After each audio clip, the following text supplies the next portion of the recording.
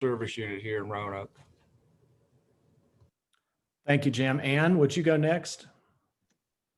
I'm the executive director of Virginia Cares Incorporated. We're a statewide community action agency that does reentry, both pre-release and post-release. We have 8 service sites across the state of Virginia. My name's Ann Fisher.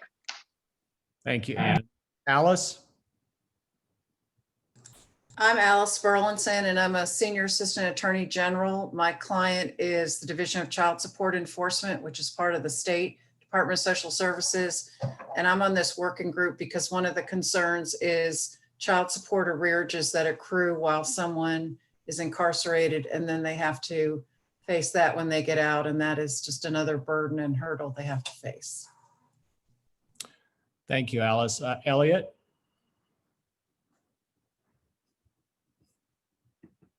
You're on mute, Elliot. Absolutely right. Sorry about that. All right. My name is Elliot Major. I'm the executive director of the Dorcas Home, which is a community reentry program through the Virginia Department of Corrections. And so we deal with individuals as they transition back into the broader community on a daily basis. So. I'm Joe Cobb. I'm the vice mayor for the city of Roanoke and a member of city council, and helped create the task force to reduce gun violence along with city council a year and a half ago. And we're kind of in the second phase of that, where we're building our action plan, strategic plan based on our initial recommendations. And we're due to give an update to city council at their November 16th meeting. A couple others who aren't with us currently, but are on the working group is Antoine Calloway, who works with CERCAP and has done extensive work related to gang activity, gang violence, as well as recidivism reduction. And then Rabbi Kathy Cohen, who is rabbi of Temple Emmanuel here in the city and has been a part of the task force since its inception. And hopefully they'll be able to join us at some point. Now I'd like for our guests to just briefly introduce yourselves, and then we'll get into the heart of our conversation. So Holly, I'll let you go first.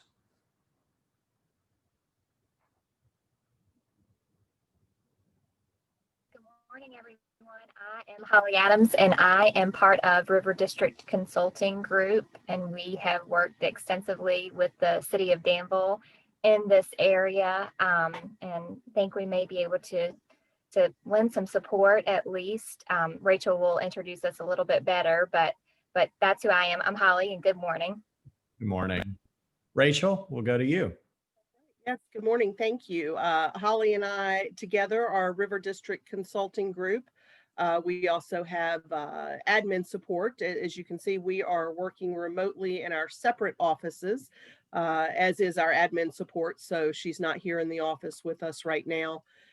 We started River District Consulting in 2014 with a focus on nonprofits at that time, nonprofit strategic planning, board leadership training, resource development, et cetera. I had spent more than 20 years as a professional fundraiser for nonprofits, and Holly had spent 10 years in the legal world working with all sorts of economic development clients, all sorts of secrets she just won't share with me. And so we came together and started this business, as I said, in 2014. And it has grown into not just the strategic planning, but also the community engagement piece, and with not just nonprofits, but with a number of municipalities as well. The city of Danville, as you know, we are also, one of our current projects is with the city of Charlottesville, working on their landfill diversion plan. So we get to work on a number of different subjects, all of which require really intensive, comprehensive planning and community engagement. Thank you, Rachel. Robert, it's nice to see you again. We've spent some good time with you before, but we're glad to have you back with us today. Yeah, my pleasure. My pleasure. Robert David. You guys know me in the capacity of my long title as Youth and Gang Violence Prevention Coordinator for the city of Danville. Get out of breath every time I say that. But this capacity, also, prior to coming to Danville, I did some consulting and training and development. And I was fortunate enough to meet those lovely ladies, and we formed this bond. So that's why I'm here. Thank you. And We just Angela, call him the gang guy. It's a lot easier. Just the gang guy. well, and we're going to talk later about cloning you. So, Angela, welcome. Thank you. I'm Angela Traynham. I'm a sergeant with the Sheriff's Office. I've been here for 17 years and for about 2.5, almost 3 years as a mental health coordinator. We started the mental health unit 2.5 years ago, so that kind of created my new position. So I transferred out from doing some other things into this, but I absolutely love it. We've got our therapeutic unit. We'll kind of go into that a little bit more later, but just trying to help everybody in here, working closely with our contracted medical group here. Well, thank you, Angela, and thank you all for those introductions. I want to, just as a logistical point, does anyone need to leave sooner rather than later? I want to just, in terms of our guests, I was going to start with Angela and then move into the Robert and Rachel and Holly, if that's okay with everybody. And Great then with us, and then or we'll, with me. and then you all will be free to go if you'd like. You're more than welcome to stay on. And then for the working group, we're going to take a look at the very end at our action plan and just check in where we are on that. So that's kind of the agenda for today, if that sounds good with everybody. Okay, thank you. Angela, we're going to open with you. Feel free to give us an overview. I've made the screen shareable. So if you have anything that you want to bring up to share, you can, and that goes for anybody else. Just wanted to make sure you knew that. But Angela, please tell us about the current programming that's available at the Sheriff's Office and just anything you'd like to share with us this morning. Okay. So unfortunately with COVID, we shut down a lot of our programming, especially with the mental health unit. We haven't allowed outside agencies in to do any programming, since this spring. But on a typical time prior to COVID, we had several different groups going. So we have some of the groups that come in at night with volunteers and through other agencies. We have Bible study, Alcoholic Anonymous, Narcotics Anonymous. We did have through TAP a Father's First program. We just found out that funding for that has been cut, so that'll end in December. So I don't know if we'll be able to get them back in. But some of the evening groups that the inmates can participate in. We also have GED that they can go, and we've got 2 different people hired for education here. Library, we provide them, recreational reading materials, but also they can request for assistance in the law library, and we have all of those different books up there in our library. We have substance abuse and disorders. So the Alpha program for men and women that is facilitated by Blue Ridge Behavioral Health. Inmates have opportunity to do work and schools like release programs so that they essentially come here at night to sleep, and then if they fit a lot of different criteria and approved by the sheriff, then they can actually go out into the community to go to school or work. They can work within our facility. So we've got different kind of trustees for laundry, kitchen, all of the cleaning and everything. The majority of the cleaning, painting, and everything is done by inmates. They volunteer for that position. They don't have to pay the $1 a day fee, and then they can potentially earn good time off their sentence that they're serving. And then the main bulk of our programming is through our mental health unit. So April 2018, we started the mental health unit, which consisted of a crisis pod and a therapeutic pod. The crisis pod is where we just have the inmates that are at risk for self-harm or harm to others, those that go on suicide watch. That's a direct supervision pod that is monitored 24 hours a day with the deputy in there, and they're seen by mental health very frequently. To then, if they're no longer a risk for self-harm, then they can get cleared off of suicide watch, and then we have transition periods to where we can even get them in our therapeutic pod. The therapeutic program is suspended right now because of COVID, but typically we have a whole day. I had made a schedule and we had a whole day of programming. So we had one outside agency coming in to do some groups, and that was support systems. They would come in and just talk about some substance abuse addiction things, some mental health disorder topics. We've got NAF Care, who is our medical provider here at the jail. There are several employees through mental health with them that they go in and run some programs too. So medication compliance, anger management. We have a spirituality group that the chaplain can go in there. So there's a lot of different groups. Roanoke Resource was partnered with us recently for the WRAP program, which is the Wellness Recovery Action Plan, that we had a volunteer coming in and doing that. So they were really getting a lot of those with mental health disorders and special needs like that we've identified to go in that program. They were getting a good amount of therapy and group programming throughout the day. And then we also had support systems and Blue Ridge Behavioral Health on board to help with discharge planning. We recently were able to add in a phone line in one of the offices that we now with Blue Ridge Behavioral, which we're told that we're getting a new discharge planner for that starting soon, which will be really good. But we were able to get inmates on the phone to get their benefits set up and reinstated prior to release, mainly focusing on the mental health pod. But we, in the therapeutic unit, when we had inmates being released from there, we would set them up with Blue Ridge Behavioral, any appointments that they needed. Support systems often came down with them and helped get them to their appointments. We were able to set up some housing and some job interviews. We've partnered with Goodwill there's a Good Start reentry program. It was a grant program through them.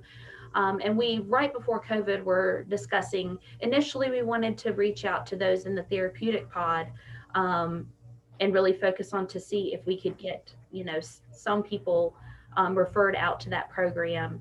But it's a work job program that they teach skills. And then, if we were able to get a few people in that way, then we were going to be opening it up to the entire inmate population, sending that over our tablet system in order for them to potentially go out there and get that set up. And we're really open to, COVID has changed a lot and we've had to shut down a lot, but we're open to partnering with anyone else in the community to try to get, we were really focusing on the mental health pod and those mental health inmates, but also the general population, to try to, instead of years and years ago, someone would come into the jail and then they serve their time and we just release them out to the street, really trying to come up with a good plan, releasing them back into society. So hopefully we don't see them again, because a lot of times, unfortunately, especially with the women, they have to go back into environments that kind of put them here in the first place. And, just trying to do what we can on our side to, to help them, set them up for success leaving here. Thank you, Angela. That was a great overview. I'm going to ask any on the working group who have some follow-up questions, and I've got a couple to ask. So anyone on the working group have any questions that you want to direct to Angela? Angela, how many Blue Ridge staff are in the jail at any one time, or are they regularly, are they housed there? I mean, not housed, but is their office there? Do they report to the jail directly? How many folks are there from Blue Ridge? So Blue Ridge Behavioral, you know, before we shut everything down, we would have someone come in, you know, just for a couple hours a day to help with the men's alpha and the women's alpha programs. And then we've had a lot of turnover through Blue Ridge. So hopefully we'll be able to get all of that, you know, kind of straightened out. But we did have a, you know, one specific discharge planner for us that she would come in. We had just set it up to where she would come in, I believe it was 2 or 3 days a week, and see a designated slot of inmates to help with that discharge planning. But we don't have anyone in the building, you know, regular hours every single day. But we do have licensed mental health professionals that are here in our building every day, you know, at least 2 that are contracted through NAPCare. Very good. Thank you. One of the things that we've discussed back and forth, you know, we were just trying to get some information, is that we know your population is very fluid, transient. They're in and out. Any one day you may have dozens of discharges and dozens of intakes, but is there any transition planning done at the jail level for when someone's released, or is it just too fluid to keep up with? And that's we're just kind of wondering what happens as somebody's approaching the end of their time. Yeah, we've identified, like I said, we were just now being able to really, through personnel changes with our medical staff here and some changes at Blue Ridge Behavioral, you know, we come up with a good plan, and then we'd have some changes, and then we'd come up with some more plans and have some changes. So we were really, right before COVID, just starting to like get a really good handle on it. But we have talked about, you know, the plan would be to identify those inmates that are 60 to 90 days prior to release, and then be able to get the discharge planner from Blue Ridge in to just a brief question of, you know, do you need any assistance when you get out? What type of assistance? Do we need to set up follow-up appointments? Do they need medication and things like that?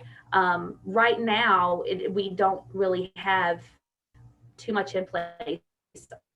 I try to get with all of the ones that we have known mental health diagnosis with, and that we know there's a few inmates that kind of trickle in and out quite frequently, that we know that, yes, when they leave, they're not going to have a plan, and we try to set up what we can for them.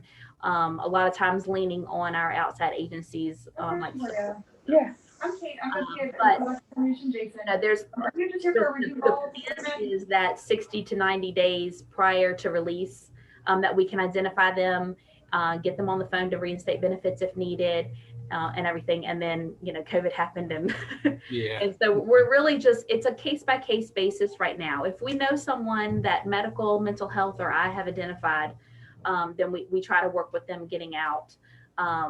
You know, I've even, you know, kind of toyed with the idea of just like going around to every individual, just so that we don't tie up that discharge planner's time, but, you know, running a report and seeing that, and even me or someone else going around and just kind of checking in with them prior to release. Do you have a plan?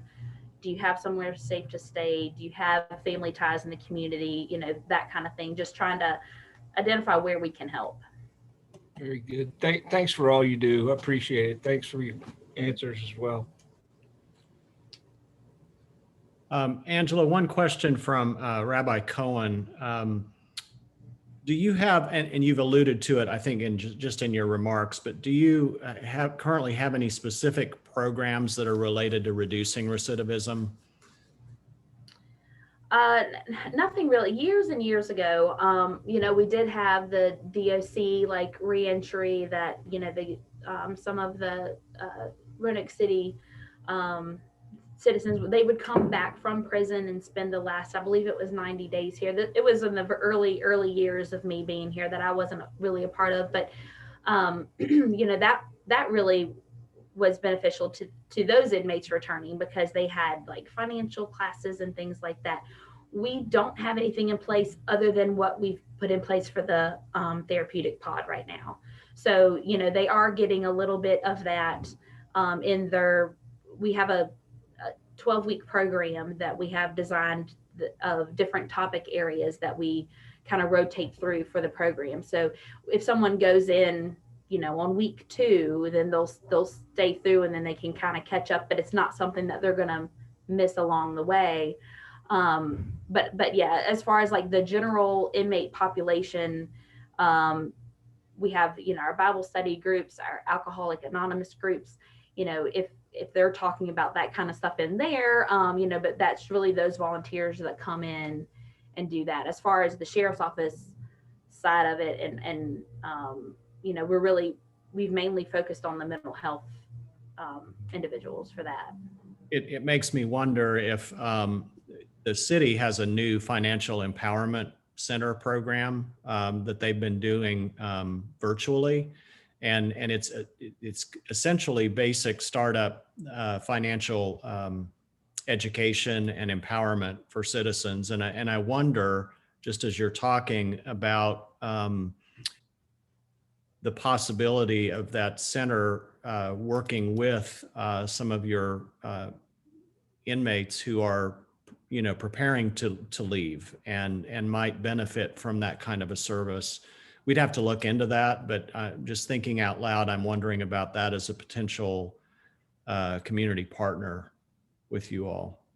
Yeah, that would actually, I think would be a very good thing, because a lot of, we had started just a brief little, discussion on trying to start some kind of like little financial group, because, a lot of these people that we have in our jail, they don't know how to write a check. They don't know like the financial responsibilities and things like that. So, a little bit of education with that of those that are interested in it, I think would be really great. Thank you. Elliot or Ann, do you all have questions? No, I'm pretty good on my side of it. Okay. I do have a couple of follow-up. Angela, right now, and you may or may not have the data on this, can you identify what an average stay is for someone who's incarcerated there? Jim alluded to the kind of transient nature, but is there kind of an average stay that you're seeing? There's tons of reports that I can run on that to actually try to find out that data, but it's just a very broad range. Being that it's a jail, we house someone 12 months or less. Anyone that's going to be longer than that is supposed to be in, DOC's custody, but everything with, we're limited on bed space and all of that. So, it's just a very broad range. Typically what we've seen recently, especially with over the past, I'd say a couple months with COVID, we had to reorganize the jail. So that was a lot of shuffling around, but, we moved basically all of our first annex. All of the pods on that side are now initial quarantine pods. So we've actually seen an uptick in over the past at least 2 months, where people are getting arrested more frequently. But we'll have a pod that we fill up, 25 people in it, and then once it's filled, then we shut it down for 14 days so we don't add anyone new, and to just hopefully, be able to capture anybody that isn't feeling well or, asymptomatic, and trying to stop the spread of COVID. What we found is that you will get, out of the 25 people that are in the pod, when we say, okay, we're going to shut it down, 14 days later, we've got at least 10 people that have been released, and some of them that have come back in since then. So it is we see our kind of frequent flyers, as you'd say, like that they come in, maybe 30 days, maybe just a couple days before they bond out. And then they go right back out, and then they come right back in. So it's just such a big, broad range. But right at the start of COVID, our numbers had dropped, and then anyone that did come in was bonding out fairly quickly. But I would say the average is probably 30 to 60 days, just a very rough estimate and guess, really. But usually if they have a nonviolent misdemeanor crime, then they're not here very long and they're right back out. So, with trying to set up discharge planning and all of that, a lot of times those guys slip through the cracks because, by the time they go to court, and I just had an inmate recently, he needed some help with things getting out. He's one that has come in here a ton.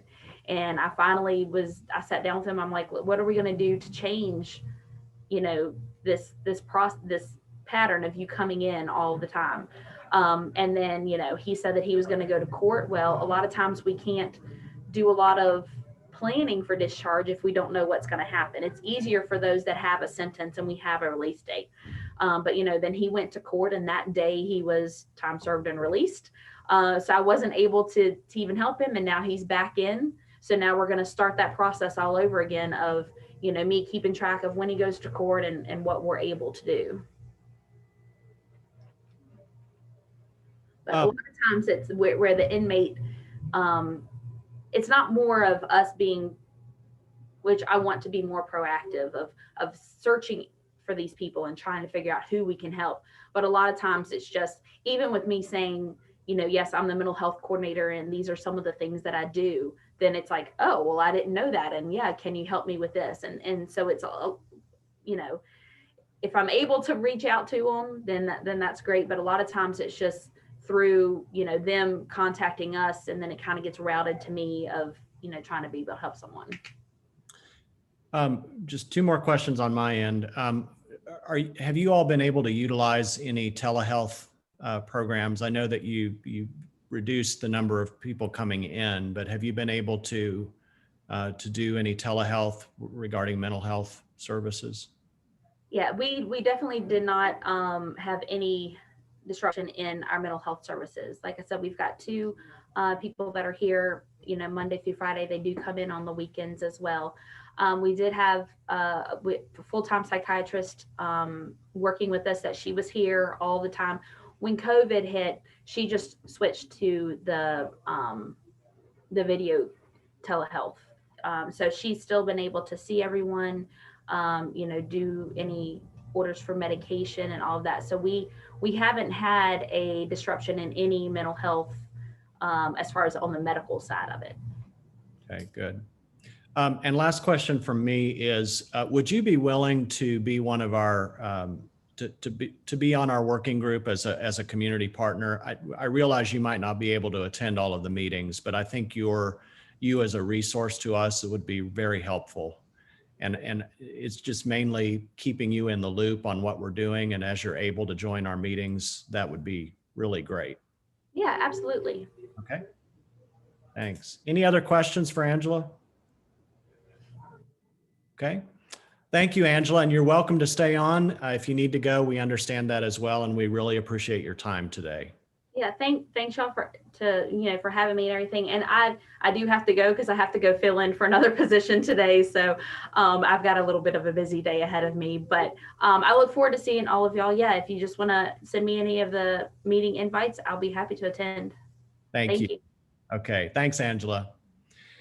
All right, now we're going to switch over to Rachel and Holly and Robert.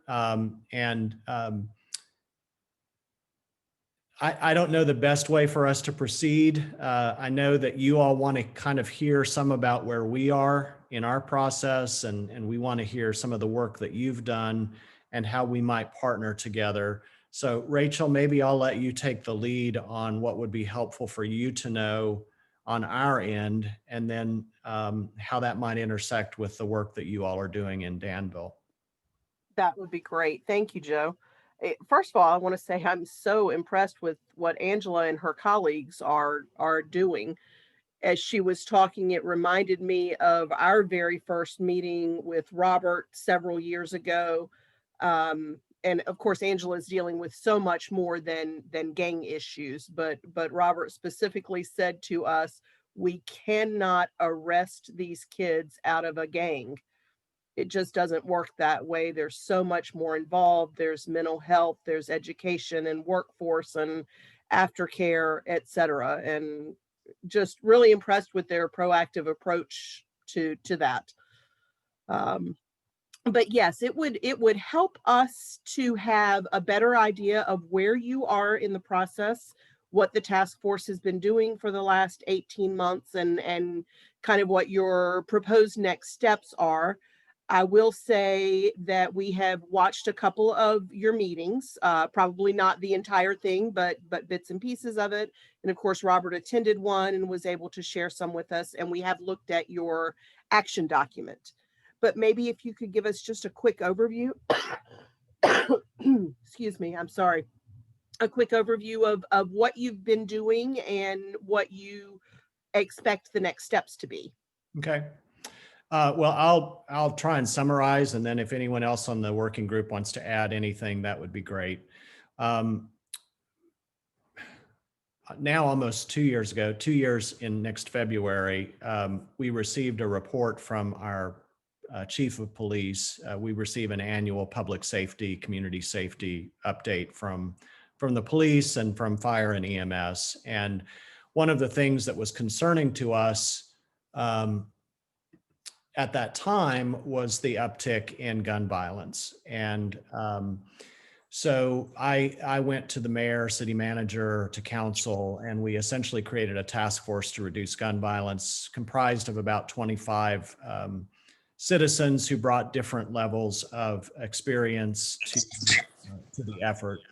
And we started meeting in June of 2019, and in November, we did very fast work. In November, we created a set of about 22 recommendations that covered 5 kind of key areas: safer neighborhoods, education, reducing gang activity, violence, and recidivism, city services and rapid response, creating a rapid response effort in the incident when there are occurrences of gun violence, and then the creation of some kind of a marketing campaign to engage citizens.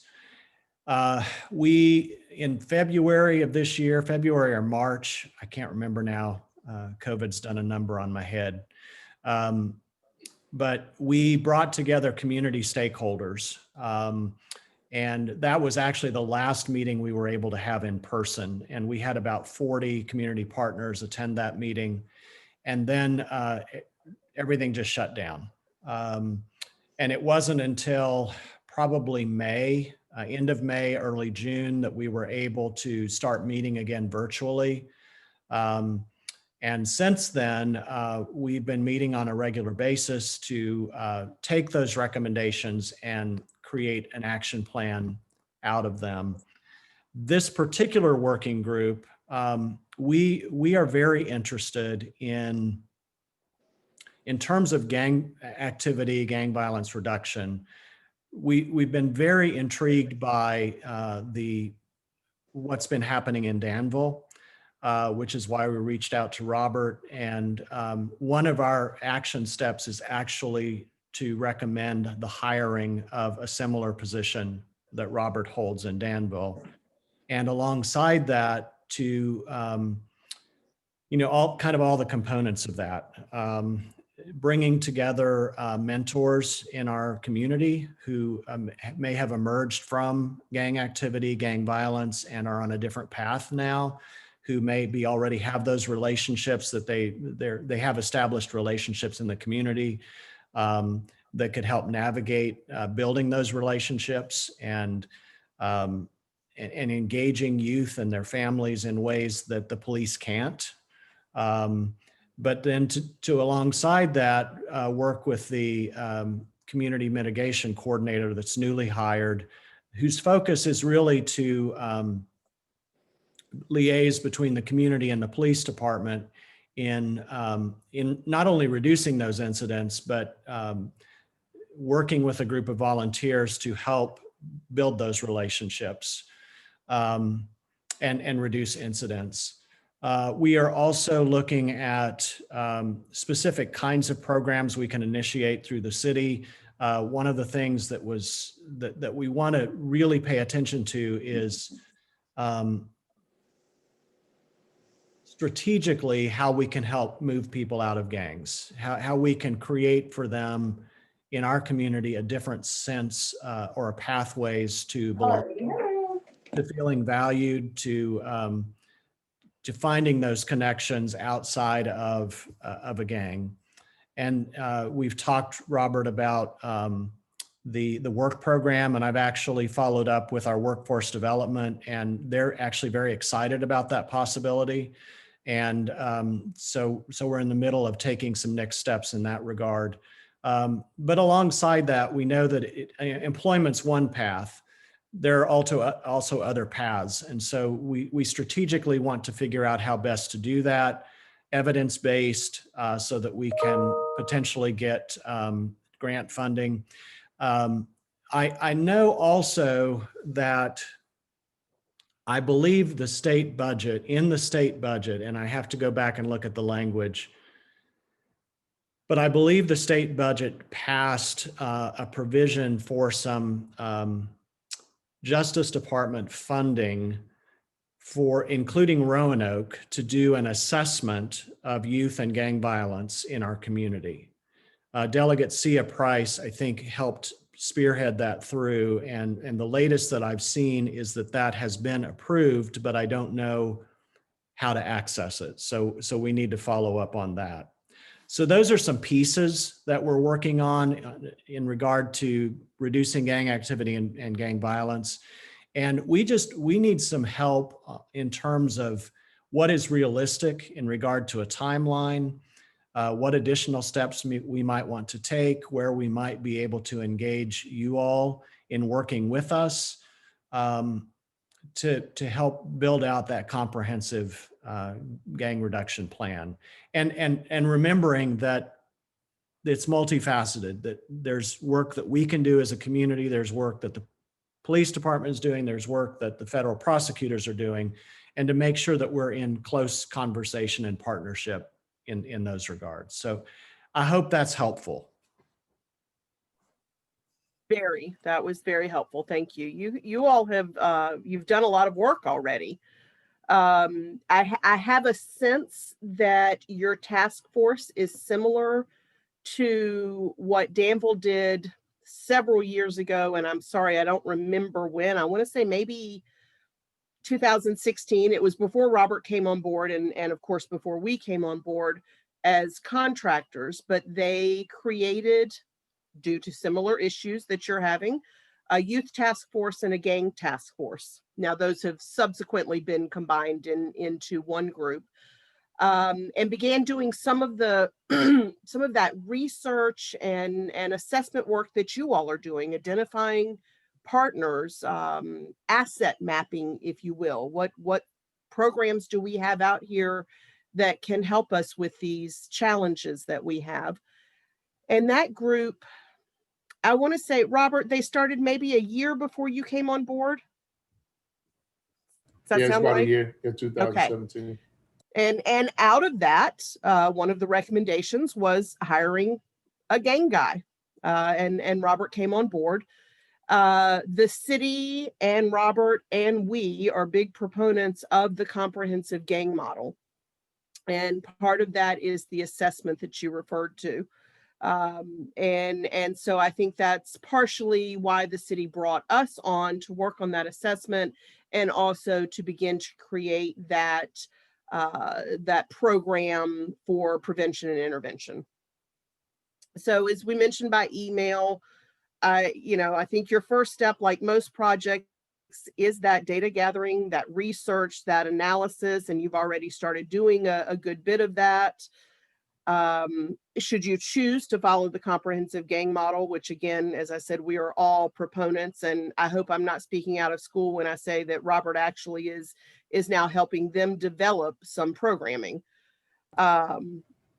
The next thing, or one of the things you'll want to do, is to identify that core group of what we call decision makers and policy changers. That's a relatively small group of people, but those who can actually take action on the recommendations from the task force, those real policy makers. Where do we come in terms of consulting? What we have done with Danville and what we would propose to do with you is work very closely with you as a task force, and also your gang guy or gang girl when he or she is brought on, assisting with this research and data gathering, helping you identify and create guidelines and goals for your core group, and leading you through the comprehensive gang model process. Joe, you mentioned this assessment, and this community engagement is so very important. What we call listening sessions, those interviews and focus groups and surveys, it's really a critical component for each community. I think we as humans tend to find someone who's already doing great work and go, oh, that's fabulous. Look what they've accomplished. Let me grab their plan and run with it. I think we do that in almost every facet of our lives. But when it comes to this, it's so important to know your community individually. So what are the needs in Roanoke? What are the desires of the citizens of Roanoke? Why are you having these issues? As Robert has shared with us, the gang activity in Danville is not the norm, if you will. There are different reasons for gangs, from economics to territory, etc. Danville is different. Roanoke may be different. So that assessment and that community engagement is so important to figure out the why in the city of Roanoke. And what the desires are of that community, from city leadership to education, workforce, and the youth who are involved and their families. Something else that we would want to be involved with is the training. And that's where Robert's expertise really comes in training your core group, your task force, the partners, and training in gang intervention, in violence prevention, and trauma-informed training. And that's really one of Robert's areas of expertise and what Robert David Consulting does. And then lastly, helping you develop that comprehensive strategic plan for the city of Roanoke so that you know how to, you have that roadmap, if you will, to carry you through to where you want to be. So I hope that gives you a sort of a quick overview of what we do, what we have done with Danville, what we would love to work with you all on in parts and pieces or in whole. In terms of two follow-up questions, one is budgetary, one is timeline. Okay. Realistically, in terms of a timeline, if we were able to, what might a timeline look like in terms of doing these like key steps that you've identified: assessment, creating the strategies and goals, doing the training, and developing the plan?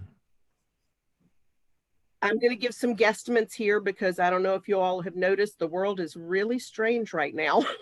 Things are different. Our original contract to develop the plan for the city of Danville, with the community engagement, the assessment, and creating the plan, was about an 8-month period. Implementation, of course, is ongoing.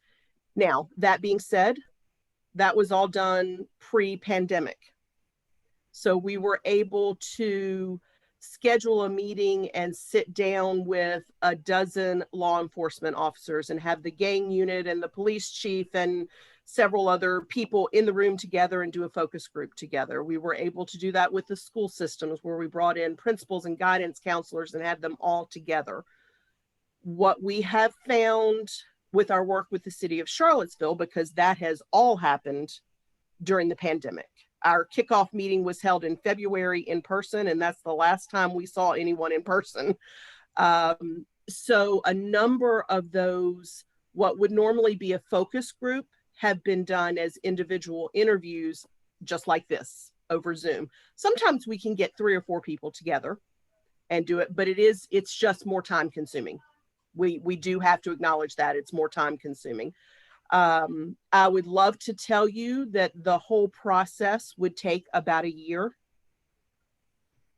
but I think we have to acknowledge that none of us really know what's happening with the pandemic and what the next year is going to look like. Robert and Holly, please jump in here, add to that, or correct me.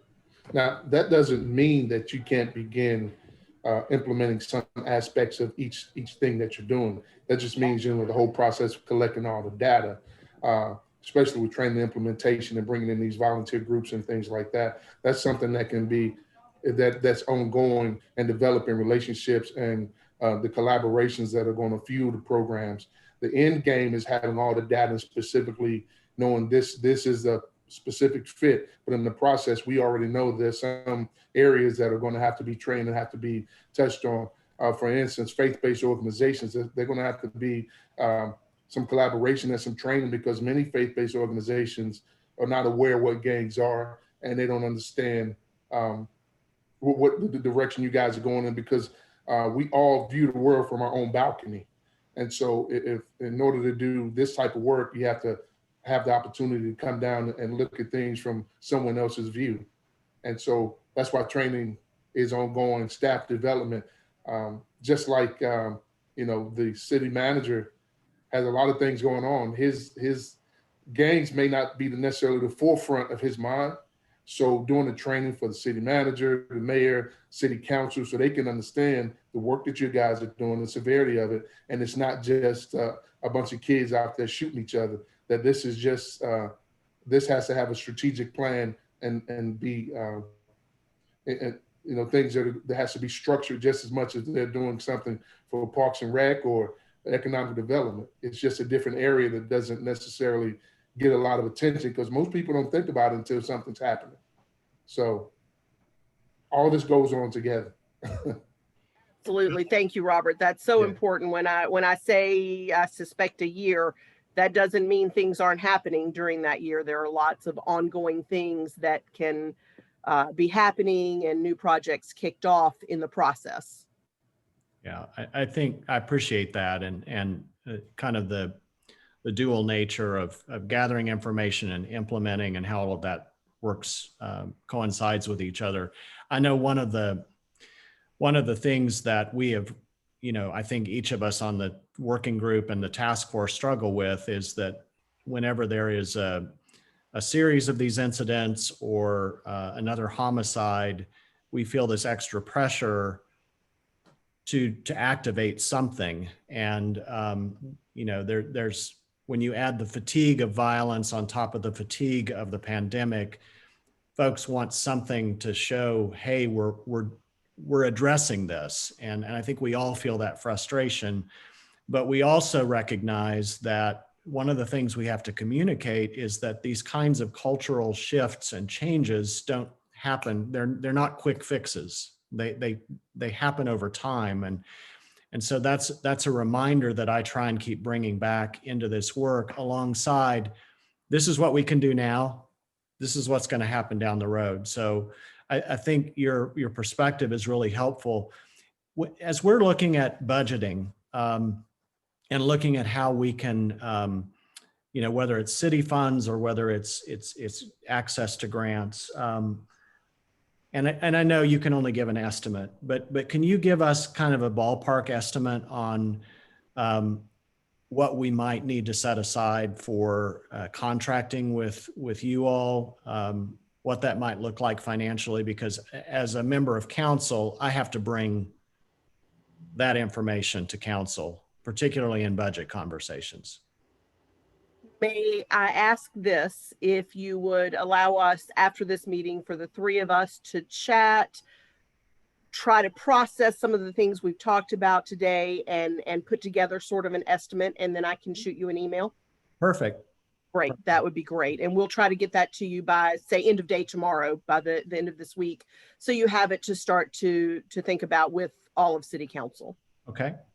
I'm going to open it up to anyone else on the working group. I think Ann, Elliot, Alice, I think Jim had to step away for a minute. Do any of you have any questions? Yeah, I want to start some questions. I've been just listening to all the overview. Specifically to Rachel, and I guess the entire consultant group. Having spent 25 years dealing with consultants, what am I going to, and I speak in terms of but I'm talking to speak of the whole group, what are we going to get? A lot of words, a lot of very, very familiar phrases, but you know, do we have some empirical evidence of past projects that we can rely on and say, you know, something, this model works to a certain extent. And I understand all the different variables. I understand we're not Danville, but do you have some other basis of projects similar that we can come back, you know, and say, okay, your group has worked with X organization. It went from X to Y in this particular time frame, and here was a work product that was produced out of that. Basically, what's the results of all of the word salad that we talked about? You know, what's the results of what we're going to get out of it? And again, I understand that everything has a total breadth of variables that may not necessarily be controllable. But what are we going to, you know, we always go back to Danville. Is there some other projects that we can, you know, reference and refer before, and no offense, Vice Mayor, before we start talking dollars? Right. I want to talk, hey, what am I going to get out of this over here before we even have that conversation on cost? Absolutely. And I think that's so smart. I love the word salad, because boy, do we have buzzwords in the consulting world and in the nonprofit world. We have got some buzzwords. Unfortunately, I don't come from either one. So when I pay for consulting work, you know what I'm saying? I literally pay for consulting work for a reason. Right, right. You know, I would like to ask Robert to speak to this a little more. Holly and I have worked very closely with the city of Danville. And as River District Consulting, that is our only gang and youth violence prevention work that we have done specific for a client. In terms of community engagement and strategic planning, there are a number of other clients. We always say that we are not the subject matter experts. We are your community engagement and comprehensive planning experts, which is why we partner with subject matter experts such as Robert, who has been doing this for, if I tell you how many years, you'll guess how old he is, which is a little bit older than me. But Robert, if you would share with us some of the work that you've done over the years, and also let me say, we can share with you a number of success stories from similar communities who have worked through the comprehensive gang model. Yeah, and again, and not to interrupt Robert, because I was on the call, you know, and I actually, for me, it's not educational because he did a very exhaustive overview of his experience, which is fantastic, you know, for what he was doing, and just in the efforts of time. So just as, you know, you guys are going to go back and think and everything else, and again, don't want to short circuit the answer by no means.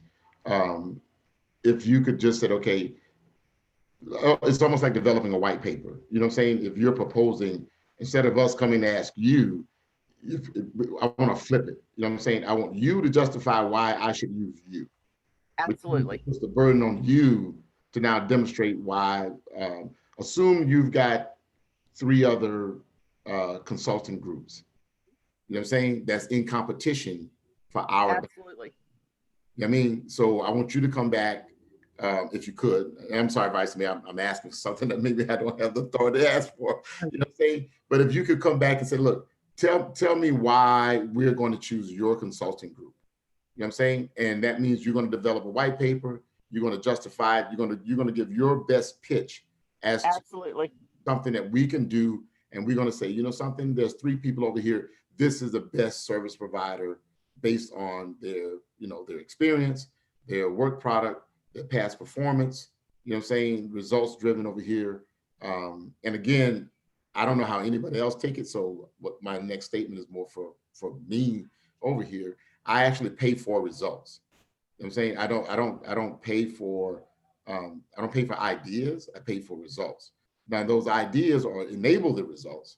So that's what I want to be able to see from the group, that the group has a very comprehensive staff. They've got the things that the vice mayor asked for.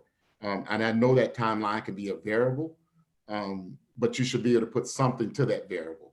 I Oh, mean, absolutely, absolutely. is 2 months, you operating on a 50% overage or 60%, whatever the math may be, because I think it's very important that, as the vice mayor said, and when I tell you how close we are to this, I literally almost witnessed a gun incident yesterday.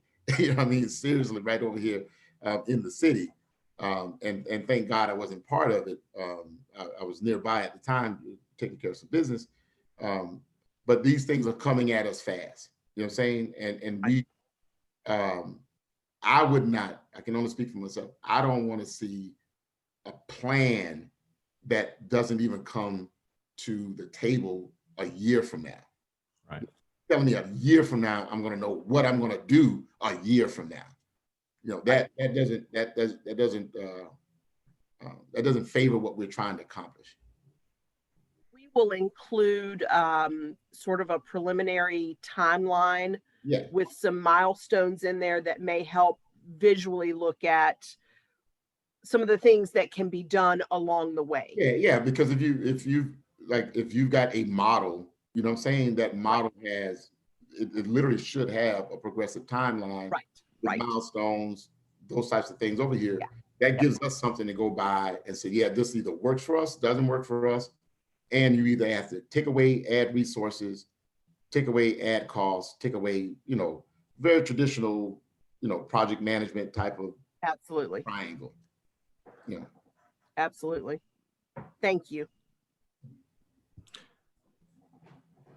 Robert, did you want to add anything?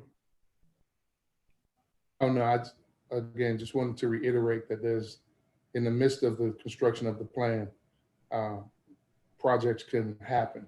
The plan basically is a structure that pulls everything together. When the comprehensive plan is complete, it should have the ability to include and remove entities as they flow back and forth. The plan doesn't necessarily say, okay, this is how it has to be done. It's just a structure. And so we can begin, and that's why I agree exactly what you're saying, that structure. So 20 years from now, regardless who's in the city, that structure would be able to deal with the gang problem, whether it increases or decreases, because there's a lot of factors. The idea is to have a structure that would be able to maintain it, just like any other structure that fluctuates over time. Police have a structure, crime goes up, crime goes down. So, and that timeline, which, for example, creating Project Imagine in Danville, I was on the job in 4 months. That wasn't the structure. That was just something, because just like you guys said, there was a lot going on and people needed to see something happen. And so I always operate under the theoretical principle of hope. And the principle of hope says that people have to have goals, they have to see a pathway, and then they have to feel like there's an expectancy. And so a lot of time, popular perception outweighs reality. True. So being able to do something in the midst of while we're doing this will take some of the pressure off you guys, as long as it's consistent, because doing one hit wonders is a mistake, because that kills the perception, because many people in communities like this have already seen that. So I just wanted to add to your point, definitely need that timeline, but I don't want to go away thinking that we have to wait for all that. We can do some things that are structurally sound, that are part of that model, that can take some of the pressure off you guys.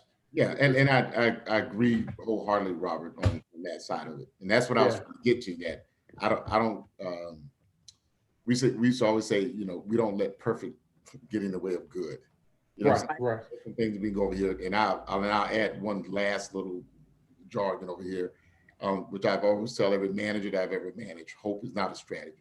You know what I'm saying? So don't tell me what you're going to hope to do. You know what I'm saying? Build me a comprehensive plan around. That's right. Then we can still look at it. And that's what I'm saying. So as soon as we can look at whatever it may be, then we can dissect it and say what elements can be quickly implemented. You know what I'm saying? Some things that don't are Right, exactly. exclusive from other activities that we can implement. We can do some things. Yeah, I wholeheartedly agree that there should be some fast wins, Yeah, and there's going to have to be some slow wins. You know what I'm saying? And we can get to some of those things as fast as we can. That'll help us out. Yeah, But no doubt. something that we can see. My motto is we can put the rims on later. It doesn't have to be pretty at first. Let's just get it going. I agree. And to Joe's point, those small wins will make a big difference in the community. When they see, when the general public sees small wins happening over the next year, 2 years, it makes a huge difference. Yeah. Thank you. Any other questions for Rachel or Holly or Robert? Well, thank you all for your time today.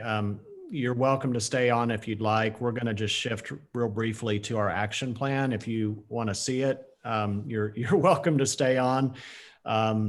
This is part of the work we're doing to prepare for our presentation to council on November 16th. And so we're just, this is the detail work that is inevitable. Absolutely. Joe, thank you. I think we will hop off and let you all get down to business. I do want to amend one thing. I said we would try to get you a number tomorrow.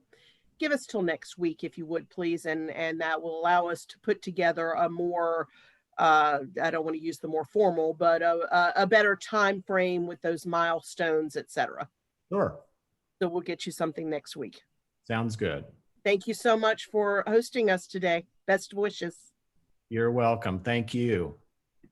Bye. All right. Here we go.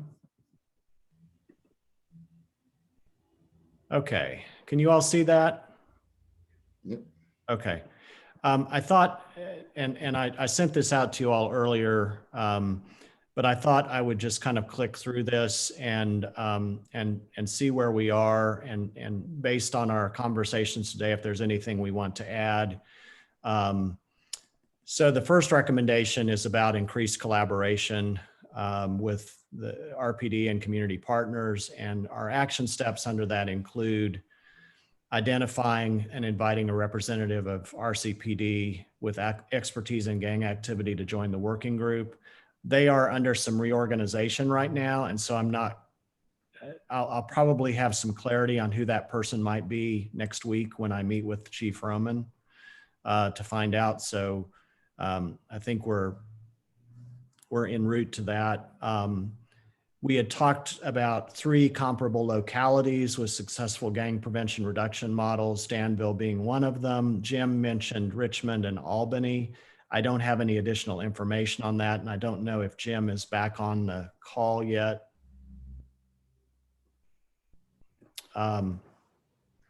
Identifying persons in the community who've emerged from gangs and are working to mentor youth into multiple positive pathways. We had identified a couple of people who we are aware of, a couple of mentoring programs. Is there any additional information you all would like to add to this one? I mean, I don't want to add any additional information. That one, I kind of want to go back to the first one. Okay. I'll probably have to leave here in about 5 or 10 minutes. I had a very good conversation, and I don't know why it didn't dawn on me at the very beginning of this. Very good conversation with the District 15's probation and parole. They actually have an internal gang an internal department of probation officers that only deal with gang members, and the superintendent, supervisor. We had a conversation yesterday. He said he would love to at least be on the calls and join the group. And again, as I discussed, there's a lot that can happen at the jail level. Right. Everybody in this community, everybody who has a gang affiliation and they are at some point have been identified within the Department of Corrections, either through probation and parole or some other involvement, if they got a parole, if they've got a probation officer, they know exactly who these people are in the community. Right. And I think they also may have a means of getting more data, more access, and even more training when it comes to understanding what happens and some of the dynamics around gang and gang activities over here. So there's, I mean, these are people who, that while they're in probation and parole, they've come out of, Roanoke, police departments and everything else. So they've got a lot of good history. So I wanted to bring that to the table to the group as well. I know it's kind of a last minute resource addition, but I think it's a very beneficial resource addition. I agree. And Robert, I think maybe the key here is to, because the initial recommendation was to add community partners. And I think the action step needs to be not exclusive to RPD, but to how we expand community partners in this. Do you have that contact information? Oh yeah, I've got that and I can send it to you. Okay. I wanted to bring it to the group before we marry the two. That's great. I think that's fantastic. The fourth action was the hiring of a youth and gang prevention coordinator. We do have a job description and salary range, and I think we can continue to keep that on the forefront. The recommendation 2 had to do with the CARE initiative, and we've kind of gotten an update on the status of that. And what I want to do is follow up with Dan Bubar to see how we can get regular updates on the work that they're doing. 3 was identifying transformative best practices, study the comprehensive gang reduction models in developing a local strategic plan. Now, from what I heard today, there is a comprehensive gang reduction model that it is pretty effective, and that may be from the national, I don't know if it's Department of Justice or who. I've seen it shared, and I need to circle back on that.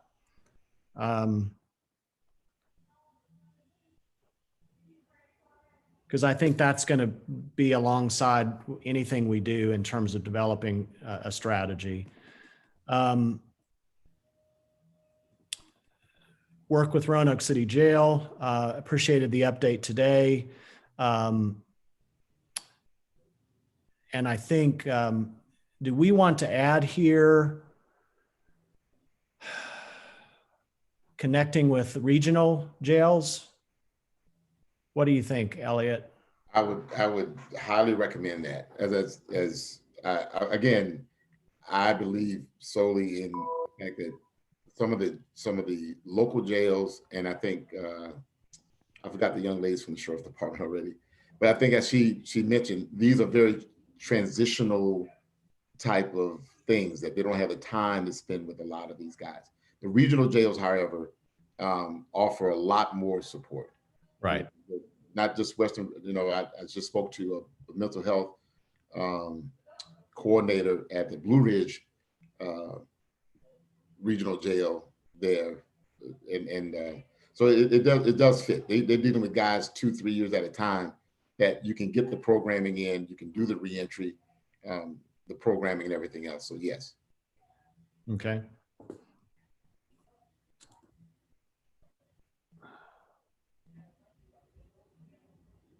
The next recommendation is tied with that, and we may want to actually combine these.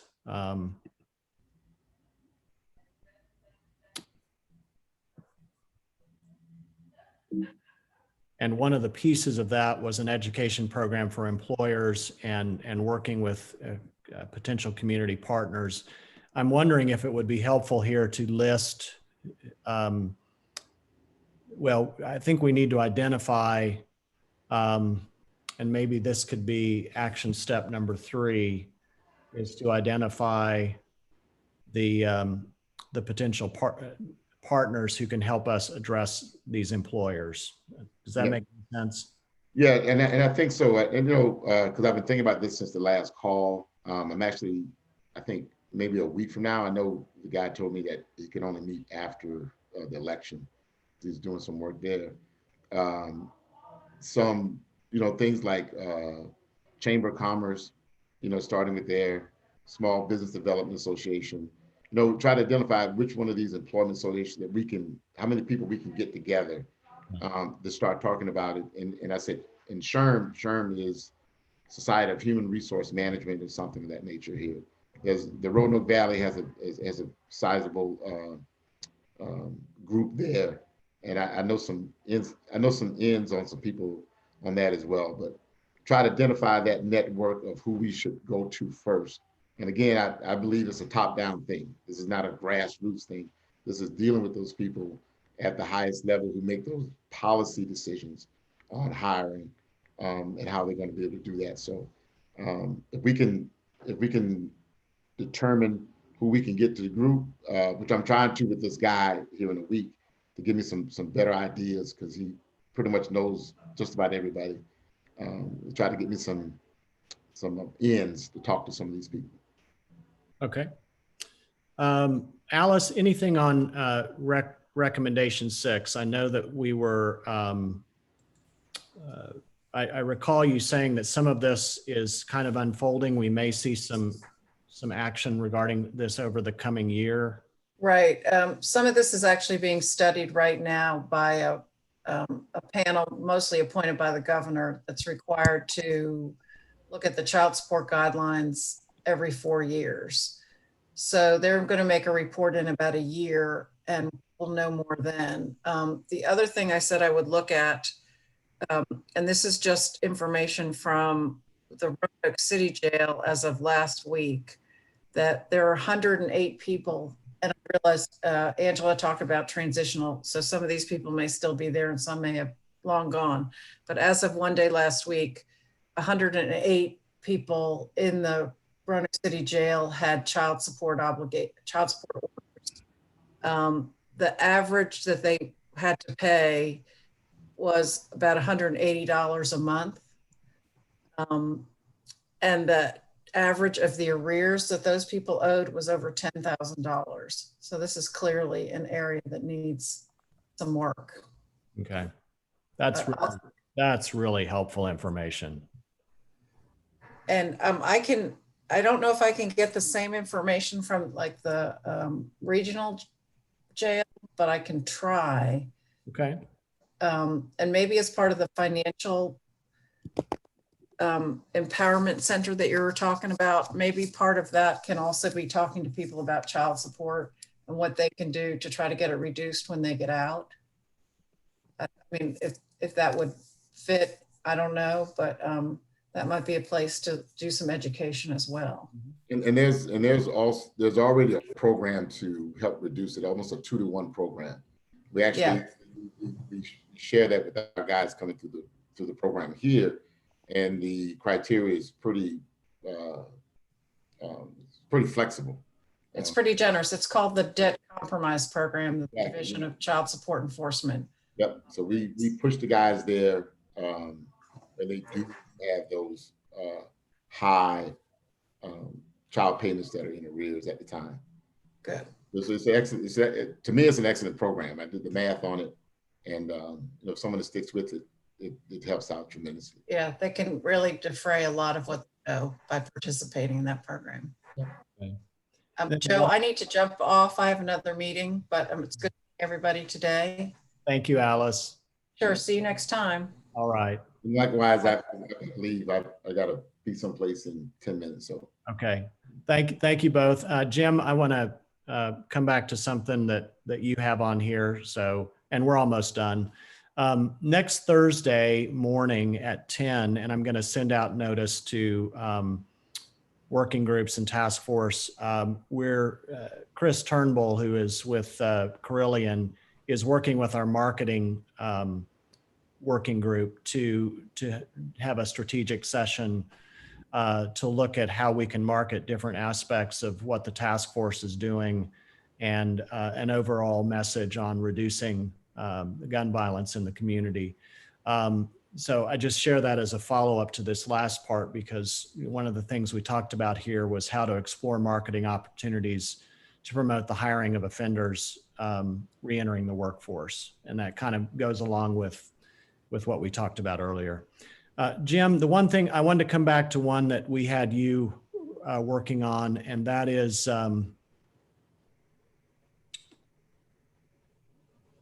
looking at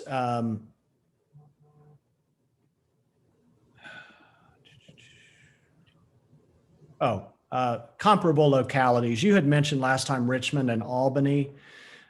Is there a way, do you have contacts with folks there that we could maybe set up or at our next meeting have reps from them either send information or be a part of a conversation with us on sharing what work they're doing? I don't know anyone currently, but I can reach out to them and see what I can find out for the next meeting. I'm not sure if they'll be able to get to us that quickly, but you know, it'd be a cold contact that I'll be making. So I'll see what I can find out. Okay, and if I can be of any help in regard to those contacts, let me know. Thank you. All right. Well, I think that's everything. I'll update this and send it back out to you all. I really appreciate your time today. I have recorded this session, so we'll post it for any others that might want to look and for your own records. But thank you all so much. Thank you.